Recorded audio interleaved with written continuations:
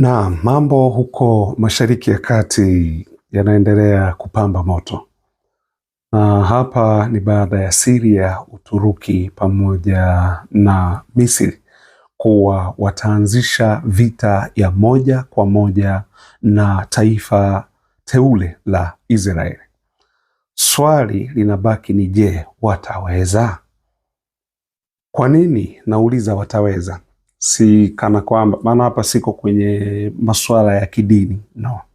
Nipo kwenye masuala tu haya ya uchambuzi tu wa kawaida wa siasa za dunia, kwa sababu mwingine anaweza kafikiria labda takuchambua kwa muktadha wa kidini. No, siko huko. Niko kwenye masuala tu ya kawaida. Kwa nini nasema wataweza? Kwanza, kabla nikupe taarifa kwanza namna hii habari ilivyo, alafu tuendelee mbele kuchambua. Uturuki, Syria na Misri zimesema ya kwamba zitaanza vita kamili na Israeli. Haya, imetokeaje? Uturuki imeishutumu Israeli kwa kuingilia uchaguzi wake wa ndani, ikidai kukiuka mamlaka yake. Zaidi ya hayo, Uturuki inadai kuwa inahifadhi haki ya kujibu mashambulizi ya anga ya Israeli nchini Syria. Mvutano huu unaozidi kuangazia ugumu wa siasa za kikanda. Hapa ndio tuanzie, kwa sababu kuna mashambulizi ambayo Israeli ameyafanya ndani ya Syria, na mashambulizi haya yanasema yamelenga moja kwa moja wanajeshi wa Uturuki. Na ilikuwaje? Twende tu polepole hapa, nitaanza kunini, tutafungua hii kodi polepole. Israeli imeeleza kuwa iliamua kufanya mashambulizi kwenye kambi ya jeshi la Syria ya Ab al-Dhuhuri siku ya jana baada ya Syria kukaribia kukiuka makubaliano yaliyofikiwa kati ya Israeli na Syria kuhusu hali ya usalama. Habari inaendelea, inasema hivi: ofisi ya waziri mkuu wa Israeli Benjamin Netanyahu imesema Syria ilikuwa karibu kukiuka makubaliano hayo kwa kuruhusu wanajeshi wa Uturuki kupelekwa katika kambi hiyo ya anga iliyopo karibu na Aleppo. Kuruhusu wanajeshi wa Uturuki kupelekwa kwenye hii kambi iliyoko karibu na Aleppo. Nadhani umekuwa ukifuatilia, kumekuwa kama na msuguano kati ya Uturuki na Israeli, na mpaka watu mbalimbali wakasema kuwa inawezekana Uturuki ikaingia kupigana na Israeli. Lakini tuende tu polepole, utaelewa. Israeli ilidai kuwa ilikuwa imeionya Syria mara kadhaa kwamba uwepo wa wanajeshi wa Uturuki katika eneo hilo ungekuwa tishio kwa usalama wake, lakini Damascus ilipuuza maonyo hayo. Mashambulizi hayo ya anga yalilenga kambi ya Abu al-Dhuhuri katika mkoa wa Idlib kaskazini magharibi mwa Syria, huku ripoti zikisema njia ya ndege na maeneo mengine ya kambi hiyo yaliharibiwa. Hakuna vifo vilivyoripotiwa kutokana na mashambulizi hayo. Israeli imesisitiza kuwa haitavumilia kile inachokiona kuwa vitisho dhidi ya usalama wake, na imesema inapendelea kurejea katika hali ya usalama iliyokuwepo kabla ya tukio hilo. Hata hivyo, Uturuki imekataa hoja ya Israeli, huku ikisema hakuna uwepo wa kijeshi wa Uturuki katika kambi hiyo, na kuishutumu Israeli kwa kutumia visingizio kuhalalisha mashambulizi dhidi ya Syria. Hapa sasa ndio mahali ambapo mvutano huu unapoanzia. Hapa nataka nikupe hizi taarifa halafu twende moja kwa moja. Kwanza, nadhani mnakumbuka Uturuki ya mtaalam Recep Tayyip Erdogan imekuwa siku zote ikishutumu Israeli kwa mashambulizi ambayo Israeli anayafanya, au niseme kwa mauaji ambayo taifa la Israeli limekuwa likiyafanya pale Gaza. Na unaweza ukaona kuwa kama Erdogan amekuwa ni mtetezi wa raia wa Gaza, lakini ukweli hauko hivyo hata kidogo. Kwa sababu Erdogan, kwanza, yeye mwenyewe huyu anaendeshwa na remote kutokea Washington. Recep Tayyip Erdogan. Watu ambao watakuwa na uchungu na raia wa Gaza ni raia wa Uturuki, na sio rais wa Uturuki ama uongozi wa Uturuki. Hakuna shida yoyote na uongozi wa Uturuki, isipokuwa ni raia wale wa Uturuki ndio watakaokuwa wana uchungu na wale raia wa Gaza. Kwa leo hii kusema eti Misri, Syria na Uturuki zinaungana kwenda kupigana na Israeli, ili ni uongo. Yaani niwahakikishie ukweli kabisa, hili ni uongo, ni swala ambalo halipo, ni utapeli. Na hii dunia kama mnavyojua imeandikwa na script, watu wanafuata script. Hiyo ni uongo, ni uongo, tena ni uongo mkubwa. Hilo halipo. Nitakupeleka hapa Syria na not Syria. Uturuki pamoja na Israeli wamekuwa wakifanya biashara, wakibadilishana kwenye hizi biashara. Na biashara hasa Israeli pale amekuwa akinunua chuma kutoka huko upande wa Uturuki pamoja na madini mengine. Na taarifa wakati ambapo kwenye hiki kipindi ambacho Israeli ameanza kufanya mauaji pale Gaza ya watu wasiokuwa na hatia, watoto wasiokuwa na hatia, wamama wasiokuwa na hatia, ndicho kipindi ambacho Israeli walitoa ripoti kuwa kumefanyika biashara kubwa sana kati ya Uturuki na Israeli. Sasa kama Uturuki kweli inachokiongea inamaanisha, kwa nini Uturuki hii isingekata uhusiano wa kibiashara kwenye masuala ya biashara na Israeli? Ndio maana nakwambia hii sio kweli, si kweli hata kidogo. Alafu kumbuka Uturuki ni mwanachama wa NATO. Na NATO 60% ya bajeti yake inatoka Marekani. Ni Marekani huyu anayeisapoti Israeli ili Israeli iendelee na operesheni zake ambazo wanazifanya kama hizo za mauaji hapo Gaza, ukiachilia vitu vingine.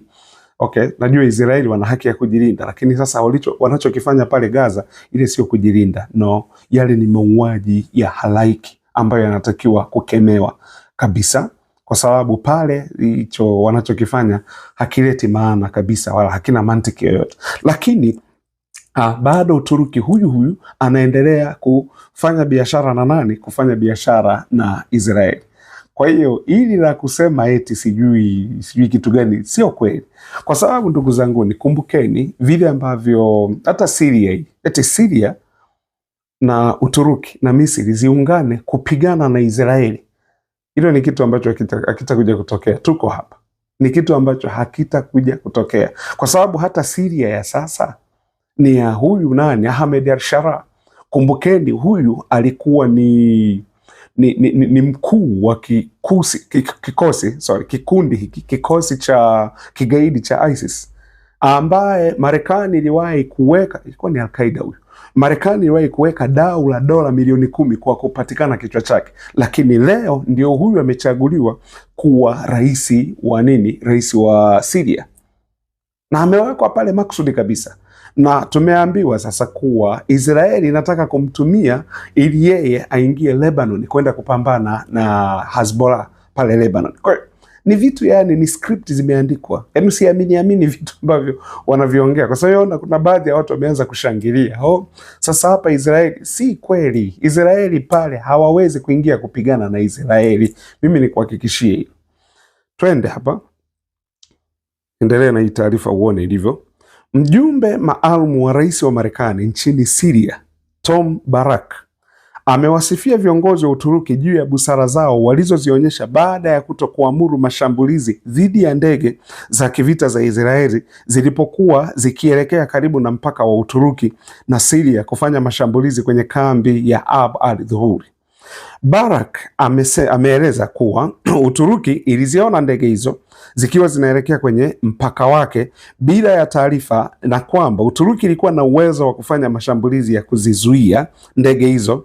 Hata hivyo, viongozi wa Uturuki walitumia busara kuziacha ndege hizo ambazo zilikuwa zinaenda kufanya mashambulizi kwenye kambi ya Ab al-Dhuhuri ambayo ipo umbali wa kilomita 70 kutoka kwenye mpaka wa Uturuki. How comes waliziacha ndege ambazo zilikuwa zinaenda kudhuru watu wao? Imekuwaje? Au ni hadithi zile za Israeli na Qatar kipindi kile, mnakumbuka? Maana Qatar yeye amekuwa ni mpatanishi ambaye wanataka kupatanisha Marekani na Hamas, lakini wakutanie Qatar. Alafu Israeli wakapeleka ndege huko, ndege kama 15 zikaenda kushambulia ndani ya Qatar. Alafu Marekani akasema mimi nilikuwa sijui na nilipewa taarifa wakati ndo ndege ziko angani. Ulishindwaje kutoa amri kuwarudisheni ndege nyumbani? Kwa sababu hapo mnaenda kushambulia ni taifa ambalo ndo tunafanya mapatano kati ya Marekani na nao Hamas. Imekuwaje? Lakini wakaenda kule kwenda kuua viongozi wa Hamas walioko Katari. Wameenda pale Katari kwa ajili ya kupata suruhu au kwa ajili ya kujadili mambo kati ya Marekani na Hamas. Yaani walikuwa wanatakiwa kupatanishwa pale, lakini ilikuwaje? Hadithi ni zile zile. Hawa waliona ndege lakini hawakuzuia, alafu baadaye wanakuja wanashutumu kuwa eti Israeli wamefanya kitu kibaya, tutaingia kwenda. Kwa nini? Kama mna nia ya kupigana nao, mbona mlishindwa kuzuia ndege ambazo mnaziona zinaenda kushambulia? Hizi ni hadithi tu. Na ni hadithi kwa sababu gani? Tunakumbuka kwenye swala la kumwangusha Bashar al-Assad walishirikiana, Syria yenyewe ikiwemo, akiwemo Uturuki mwenyewe, umeona, Israeli na yenyewe ikiwemo, na kila mmoja sasa akataka aje aweke pale kambi zake za kijeshi, kwa sababu kwa upande wa Uturuki wana historia ndefu sana, kwa sababu Uturuki amesaidia sana kuua raia wengi sana pale ndani ya Syria kipindi cha utawala wa Bashar al-Assad. Leo hii huyu Uturuki anasema kuwa tutaingia kupigana na Israeli. Hizi ni hadithi za Abu Nuwasi. Niendelee kidogo. Israeli imesema ya kwamba imeshambulia kambi ya Abu al-Zuhur kaskazini mwa Syria ili kulizuia jeshi la Uturuki kuingiza jeshi la kuweka kambi ya jeshi la Uturuki kwenye eneo hilo. Unajua, walipokuwa wanamwangusha Bashar al-Assad, kila mmoja alikuwa anategemea kuna faida ataipata pale, lakini sasa inaonekana Israeli amekuwa hapa ndo anadhibiti. Sasa swali linakuwa, kama Israeli ameshambulia na moja kwa moja ameingilia kwenye swala la Uturuki. Uturuki ni mwanachama wa NATO. Article 5 ya NATO inadai kuwa mwanachama wa NATO akishambuliwa NATO itareact. Swali, unadhani NATO itareact hapa? Si kweli. Na ikitokea vita kweli kati ya Israeli na Uturuki, NATO watamwacha mwanachama wao, wataenda upande wa Israeli kumsaidia Israeli. Ndivyo ambavyo script ya hii dunia imeandikwa. Kwa hiyo haya sio mambo ya kuamini eti kuwa Uturuki wanaenda kuingia kupigana sasa na Israeli. Ni propaganda tu, hazina uhalisia wowote. Asanteni sana.